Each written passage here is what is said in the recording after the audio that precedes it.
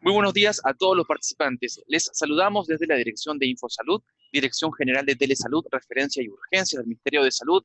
Empezaremos la telecapacitación programada para el día de hoy, miércoles 14 de agosto, con el tema entrevista y observación psicológica en la consulta externa, a cargo del especialista en psicología, Magíster Ethel Camarena Jorge, jefa de la Unidad de Psicología del Hospital Nacional Arzobispo Loaiza, al Ministerio de Salud. Quisiéramos recordarles que cualquier pregunta, consulta, pueden hacerlas a través del chat en cualquier momento de la exposición para ser respondidas al final. Magíster Ethel Camarena, un honor tenerla con nosotros nuevamente. Bienvenida, adelante. Buenos días, qué gusto estar otra vez aquí en la telecapacitación, ¿no? Tocar un tema muy interesante, muy importante para los profesionales, psicólogos y otros también, ¿no? Esta oportunidad he querido tocar el tema de entrevista y observación psicológica en la consulta externa. ¿Y por qué este tema?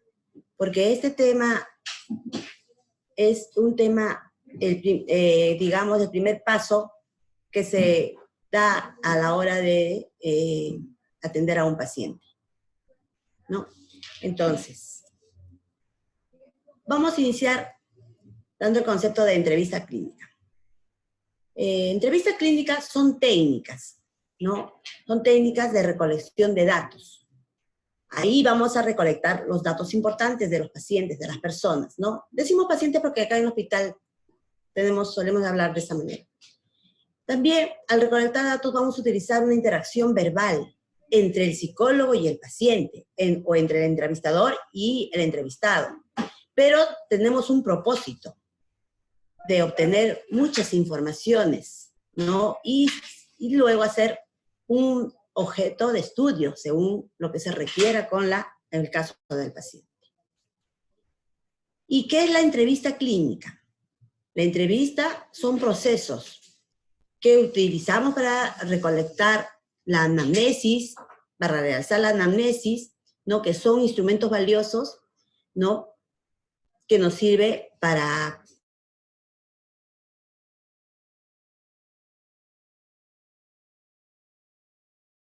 el historial del paciente, para llegar al punto de por qué está actuando así, cuál es su problema, cuál es su condición, o en peores de los casos, si es que tuviera una patología actual, ¿no? Esta entrevista se puede dar mínimo entre 2 personas, pero en otras oportunidades también se da el caso que se puede realizar entre el paciente, la familia. A veces también la familia quiere ingresar, le interesa la condición o lo que le está sucediendo al paciente. Entonces, se puede hacer con más de una persona. ¿Qué nos facilita la entrevista? ¿No? La entrevista facilita la comunicación entre el paciente y el entrevistado, ¿no? De manera verbal.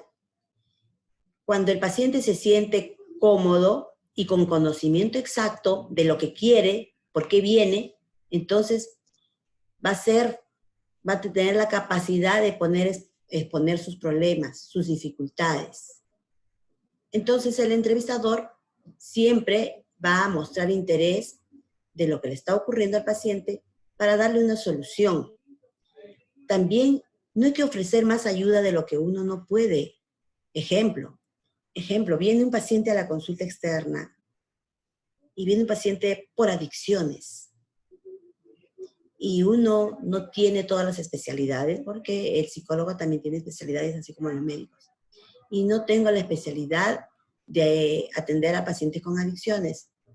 Entonces uno no puede ofrecer algo que no sabe, que no puede, pero sí lo puede derivar a otro especialista. Entonces uno lo que tiene que tener a la mano de repente es saber dónde va a encontrar esos especialistas, ¿no? Para poderle facilitar a las personas. Tenemos ventajas y limitaciones en la entrevista. La ventaja es que es un instrumento excelente porque nos va a poder ayudar a observar directamente al paciente, tal como se siente, tal como refiere su problema. Es seguro y confiable, ¿no? Pero es importante que la entrevista se haga por personas capacitadas, que se realice por por psicólogos capacitados para guiar al paciente de manera adecuada. El entrevistado a la hora de la atención, él nos va a decir lo que desea, cómo quiere, lo que desea, lo que siente. También en oportunidades el paciente a veces oculta detalles, también disimula, ¿no? Cómo se siente. ¿Y cómo será la atmósfera interpersonal entre el paciente y el psicólogo en este caso? Es importante que el paciente se sienta ayudado, mas no acusado, ni juzgado, ni criticado por el psicólogo, por más problemas que pueda estar presentando. Tenemos todo tipo de problemas, desde lo más sencillo hasta lo más complejo. El psicólogo no debe de emitir alabanzas ni reproches al paciente. Ejemplo, ¿no? De repente te viene una paciente muy bien arreglada, bonita, con muchos detalles, entonces tú no le puedes, no puedes realizar alabanzas como, qué lindo saco, qué bien te has vestido, qué lindo está tu cabello, no. Pero también por lo contrario, no le puedes reprochar si está de manera inadecuada, censurarlo, ¿no? Obsérvalo, cómo se siente. Porque si tienes estas reacciones con los pacientes, pues en vez de ayudarlo, vamos a realizar o de repente lo vamos a perturbar en vez de apoyar. El clínico no debe reaccionar ante las respuestas provocativas o agresivas o seductoras o desagradables del paciente. Les voy a contar, hace poquito tuve un paciente donde vino pues todo agresivo, provocador, y como que uno puede salirse de sus casillas, ¿no? Recuerdo que me preguntaba, primero entró,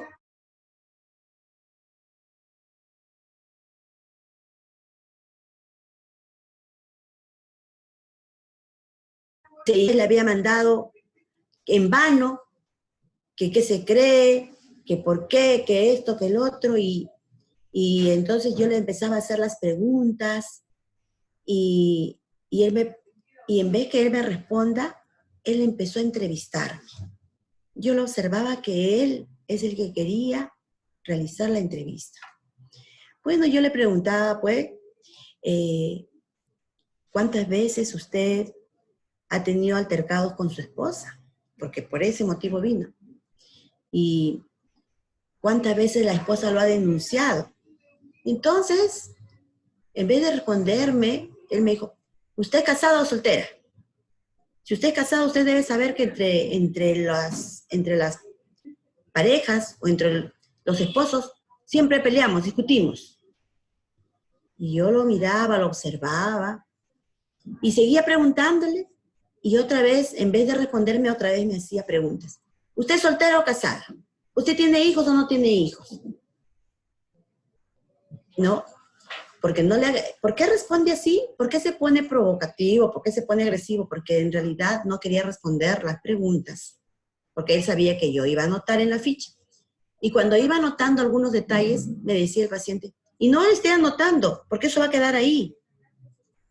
En realidad, el que quería, ¿no?, tomar la batuta o la entrevista era él. Él prácticamente me estaba guiando qué es lo que debería hacer y qué no debería hacer. Que responderle, él me estaba entrevistando entonces, pero también nosotros, los psicólogos, hay que tener el liderazgo. Ante estas respuestas agresivas o provocativas, hay que ser líder, hay que ser flexible y tolerante. Unos pueden decir sí, pero hasta tal punto sí. Entonces, hay que aprender a desarrollar, ¿no? Desarrollar la conducta de tener paciencia. Porque si no, imagínate, el paciente te empieza con esas actitudes provocativas, entonces terminan siendo dos pacientes.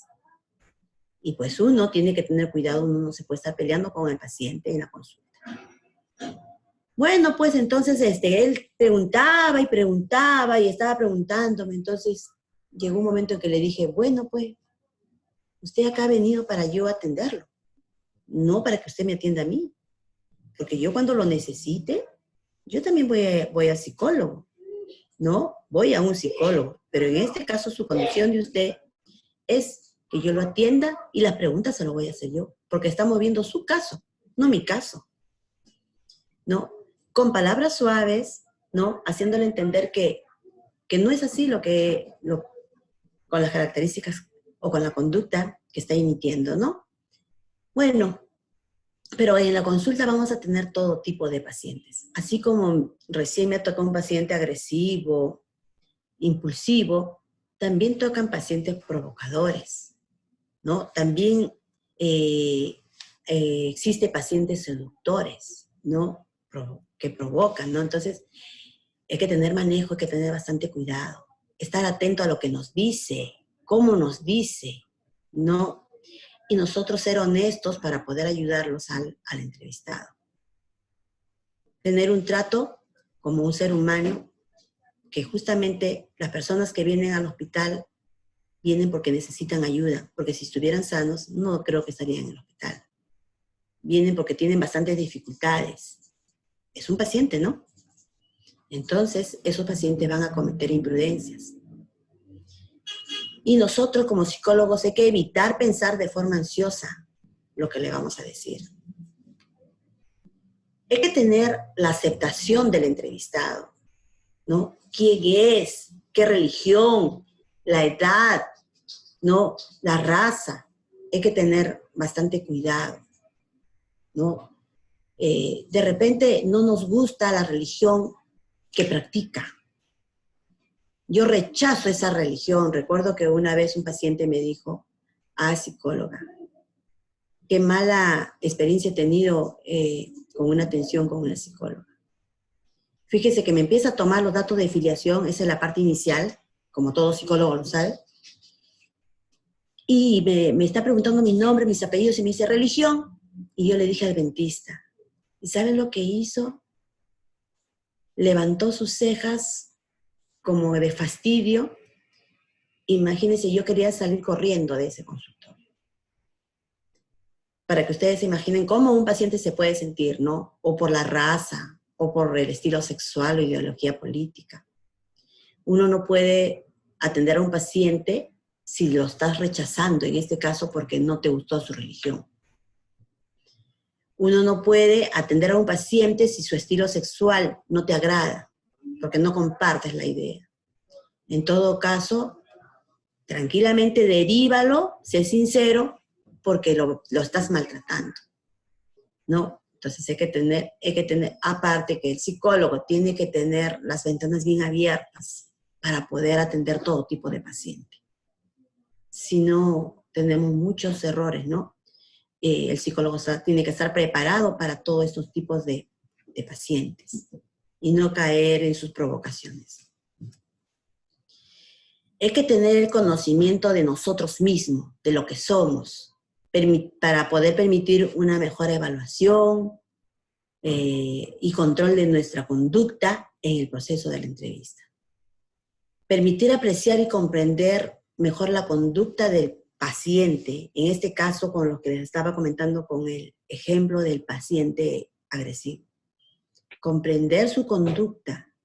Lo comprendo, pero llega el momento en que también empiezo a tallar para que no me esté agrediendo. Tampoco significa que el paciente tiene que agredir. Hay que tener el manejo. Si no los aceptamos, no tendremos necesidad de usar caretas. No hay que cuidarse de parecer, sino de ser único, ¿no? Nosotros como psicólogos, ser único para atender al paciente. También otro aspecto importante es tener la madurez intelectual y emocional, ¿no? En la madurez intelectual, tener la capacidad de escuchar con atención lo que nos dice, cómo nos dice, ¿no? Tener la capacidad de comprensión, tener la paciencia y la tolerancia con su caso. Por otro lado, también hay que tener cuidado y tener el equilibrio emocional, evitar transmitir imágenes o enfoques de la vida de uno mismo. Yo no soy ejemplo para nadie, eso me lo dejo para mí, mi forma de actuar. Yo no puedo ser un buen ejemplo para el paciente. Tú haces eso, mira, mejor mira lo que yo hago. No, tampoco en una entrevista se expone lo que uno es o lo que uno hace o cómo lo hace. Hay que apoyar al paciente. Hay que hacerlo madurar al paciente. Hay que tener la sensibilidad, ¿no? Sobre todo con los rasgos de ansiedad del paciente. Hay que ser éticos profesionalmente. Cada caso que llega al hospital es su intimidad del paciente, es una persona, y tenemos que ser confidenciales con lo que nos comenta. Eso se llama la escala de valores del entrevistado. Decir la verdad hasta donde uno puede ayudarlo y no. ¿No? Hay que orientarse, ¿no? Orientarles sobre los principios fundamentales de bienestar y justicia y autonomía. Otro aspecto importante para ser psicólogo, como todo profesional, no solamente psicólogo, es tener equilibrio psíquico. Aun cuando no estamos exentos de problemas, porque somos personas, no dejamos de ser personas por ser psicólogos, tenemos también dificultades, emociones, ¿no? Fuertes, intensos, como toda persona. Entonces, por más que estemos exentos de problemas, es bueno trabajar nuestras dificultades si lo tenemos. Trabajemos, porque si no, llega un paciente y estás molesta, estás dolida, o estás triste, te ha pasado algo, estás con rasgos depresivos, 1 semana, 2 semanas, entonces no vas a poder atender a ese paciente porque te vas a cargar de emociones, poca paciencia, poca tolerancia. La carencia de la salud mental implica alto riesgo en el trabajo. Viene el paciente con un desequilibrio emocional, la psicóloga con desequilibrio emocional, imagínate, se convierten en 2 pacientes. Es necesario tener un grado de normalidad mental, ¿no? Elevado equilibrio psíquico y seguridad interior. Y como personas, o como psicólogos, o como cualquier profesional, hay que considerar la posibilidad de una y muchas psicoterapias según nuestro caso. Eso es importante. La observación clínica son medios directos para la obtención de la información de manera confiable, de manera significativa del comportamiento de las personas, del paciente. ¿Qué vamos a observar? ¿No? A la hora de examinar vamos a observar, tenemos que tener un proceso definido, una planificación, una ejecución sistemática, qué es lo que vamos a hacer con su problema del paciente, cómo lo vamos a ejecutar, relacionar los hechos cuando nos está comentando el paciente, relacionar con principios generales y pertinentes. Las condiciones para una adecuada observación, cómo tiene que ser el psicólogo, el profesional. Primero, estar en un estado físico, buena capacidad de atención a lo que nos dice el paciente, capacidad para realizar estimaciones exactas, como su velocidad del comportamiento, ¿no? Diferenciar entre los estímulos observados y los posibles cambios que pueden ocurrir a la hora que le estás entrevistando. Y el psicólogo debe estar libre de influencias patológicas, porque también se ha observado a veces que existen, ¿no? Y algo importante, tener el hábito de registrar todo lo que nos comenta, las cosas importantes, lo que nos refiere el paciente, porque la mente es tan frágil y nos podemos olvidar, ¿no? Informaciones interesantes se anotan en la ficha. Porque uno tiene cantidad de pacientes y uno no se va a recordar. Y no es bueno realizar interpretaciones prematuras sobre sus diagnósticos de los pacientes. Hay que tener bastante cuidado, hay que darse el tiempo. En cuanto a los estados afectivos, ¿no? Nosotros sabemos que implican experiencias agradables o desagradables cuando llega un paciente, ¿no?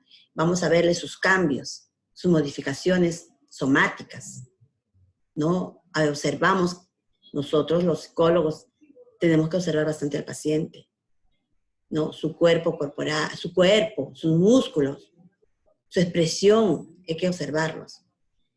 el rostro se va a convertir en la parte privilegiada, ¿no? En la comunicación interpersonal.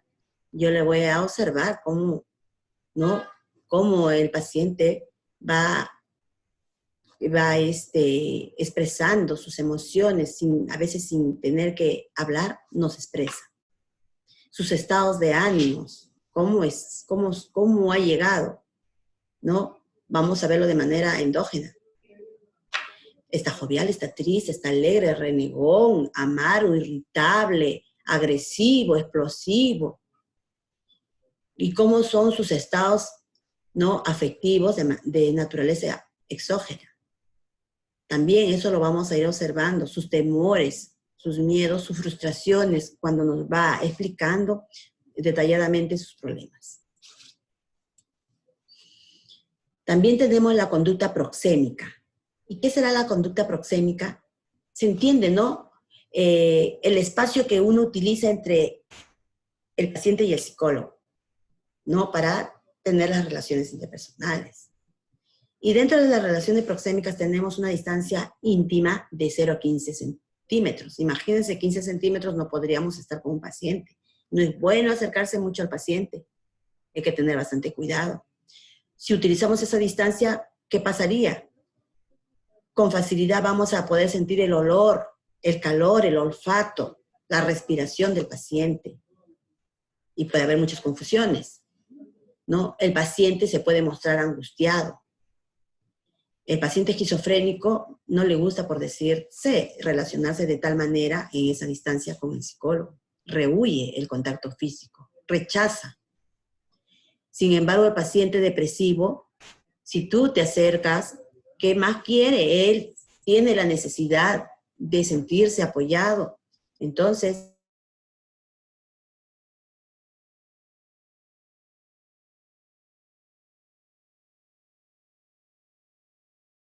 dificultades. El paciente maniático es impertinente. Tú le das un poquito de cabida y él se te puede pasar, como se dice, se puede entrometer, te puede tocar, te puede abrazar. La distancia personal, que es la adecuada, que uno debería usar, es de 50 a 70 centímetros. Ahora, pues, la modernidad, ¿no? De los escritorios ya son más pequeños, ustedes se deben haber dado cuenta. Pero es lo adecuado, más o menos debe tener 50 centímetros. Anteriormente, muchos años anteriores, los escritorios eran amplios, 1 metro 20. Bueno, pero aún sea así de 50 a 70 centímetros, esta zona es privilegiada porque nos va a separar entre el paciente y el profesional, ¿no? Nos va a ayudar a poder observar las facciones del paciente, las palabras que nos dice, los detalles mínimos de su rostro cuando nos conversa y cuando le explicamos. Es una zona de protección entre el psicólogo y el paciente.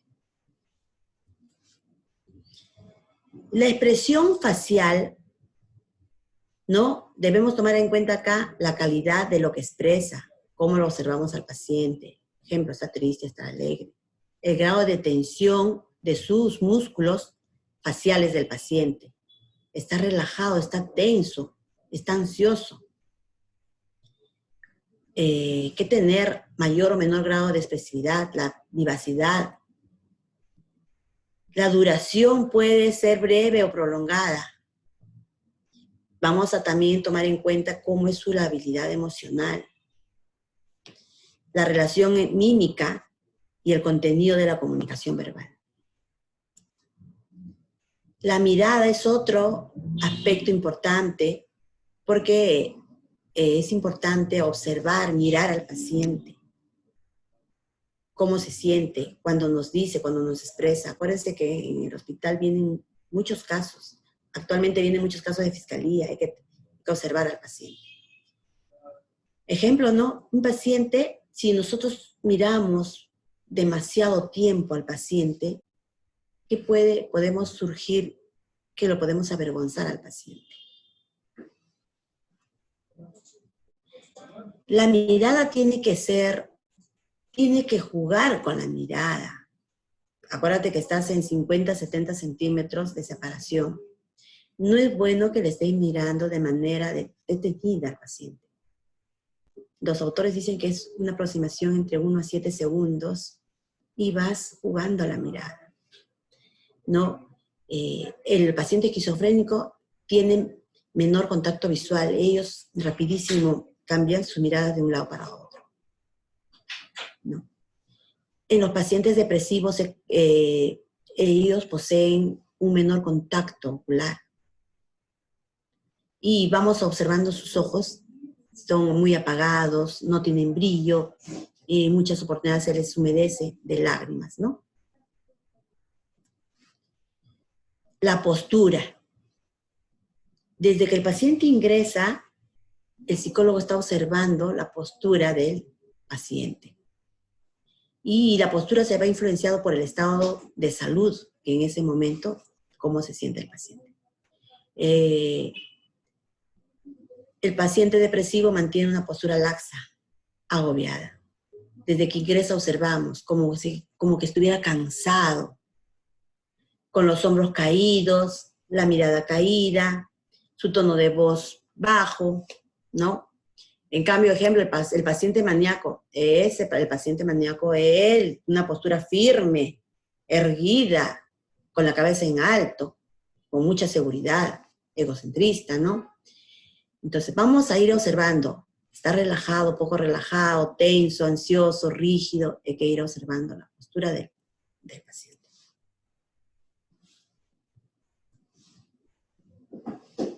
Bien, eso es todo en referencia a nuestra entrevista psicológica con los pacientes en la consulta externa. Y bueno, les dejo a ver si hay alguna pregunta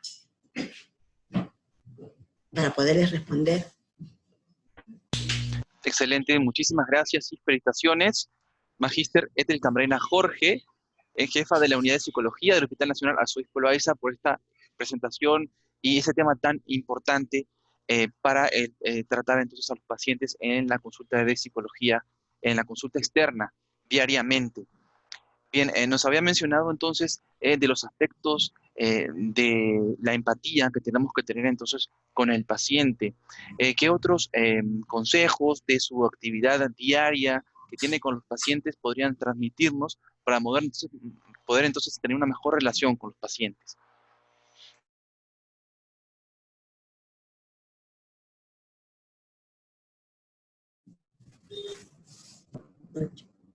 Bueno, como les decía, ¿no? Primero lo que el psicólogo tiene que tener en cuenta es que en el hospital o en los centros de salud vienen pacientes. No vienen, digamos, personas emocionalmente están con dificultades. Si normalmente a veces hasta los psicólogos estamos con dificultades emocionales, entonces aceptarlos tal como es, escucharlos, desarrollar ese don de tener paciencia, de escuchar al paciente, ¿no? Porque si no, imagínate, a veces estamos apurados, ocupados, tensos, y entonces no le vamos a escuchar como quisiéramos su problemática, ¿no? Aceptarlos, el tipo de raza que es el paciente,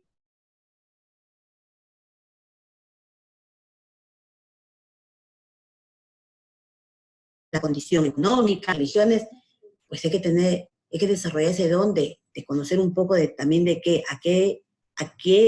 cuáles son sus miras de ese paciente, por qué, ¿no? ¿Desde cuándo?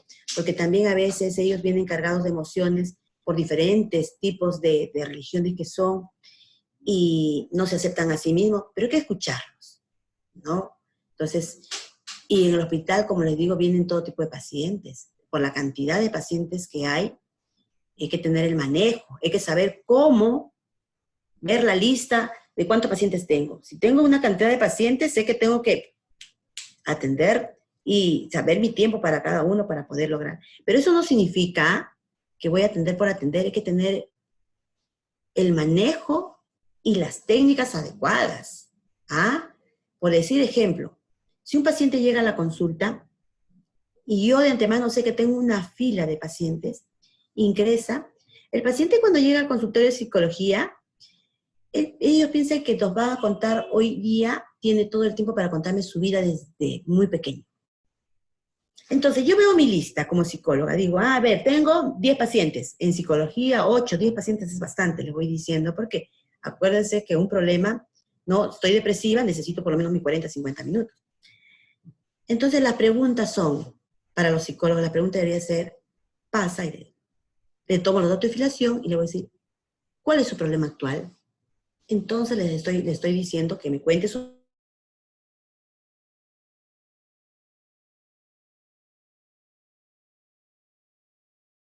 problema de ahora y que no me vaya.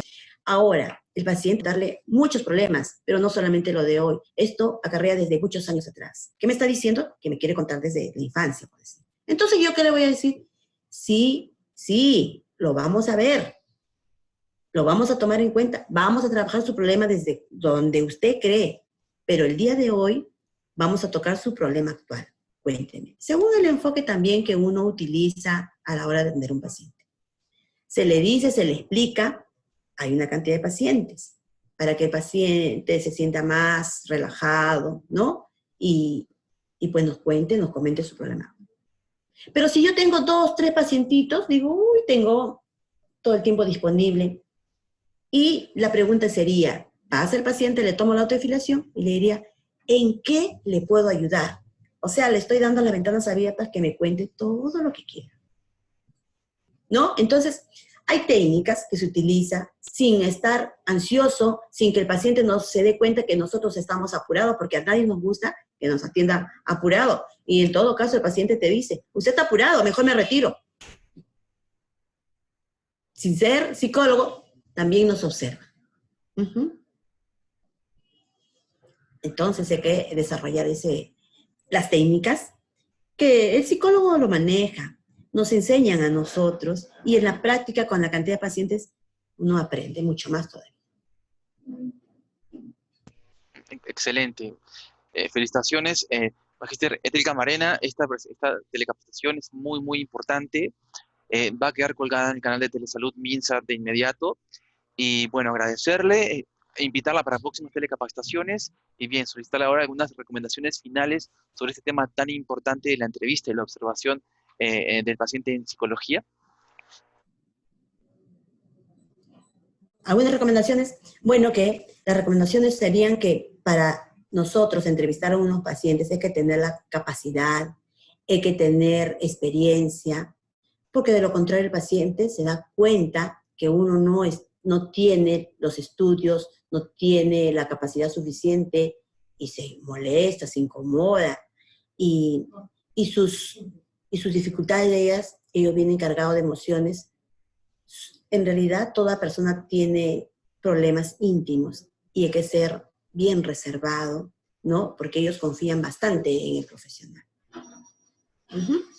Experiencia, entonces. Excelente. Muchísimas gracias y felicitaciones. Un gran aplauso para ustedes.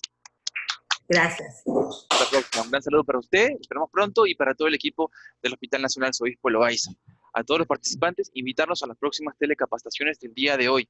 Vamos a continuar entonces a la 1 de la tarde, atención integral oral en el recién nacido y lactante a cargo del Instituto Nacional de Salud del Niño, Ministerio de Salud. A las 2 de la tarde, precauciones en el manejo de las benzodiazepinas a cargo del Instituto Nacional de Salud Mental del Ministerio de Salud. Y también invitarlos el día de hoy a las 3 de la tarde, tendremos la Tele-IEC en el canal Tele-IEC Infosalud Minsa, dirigida a todos los serumistas. El tema es inscripción al proceso Serums 2019-2. Están todos cordialmente invitados. Hasta la próxima. Muchas gracias.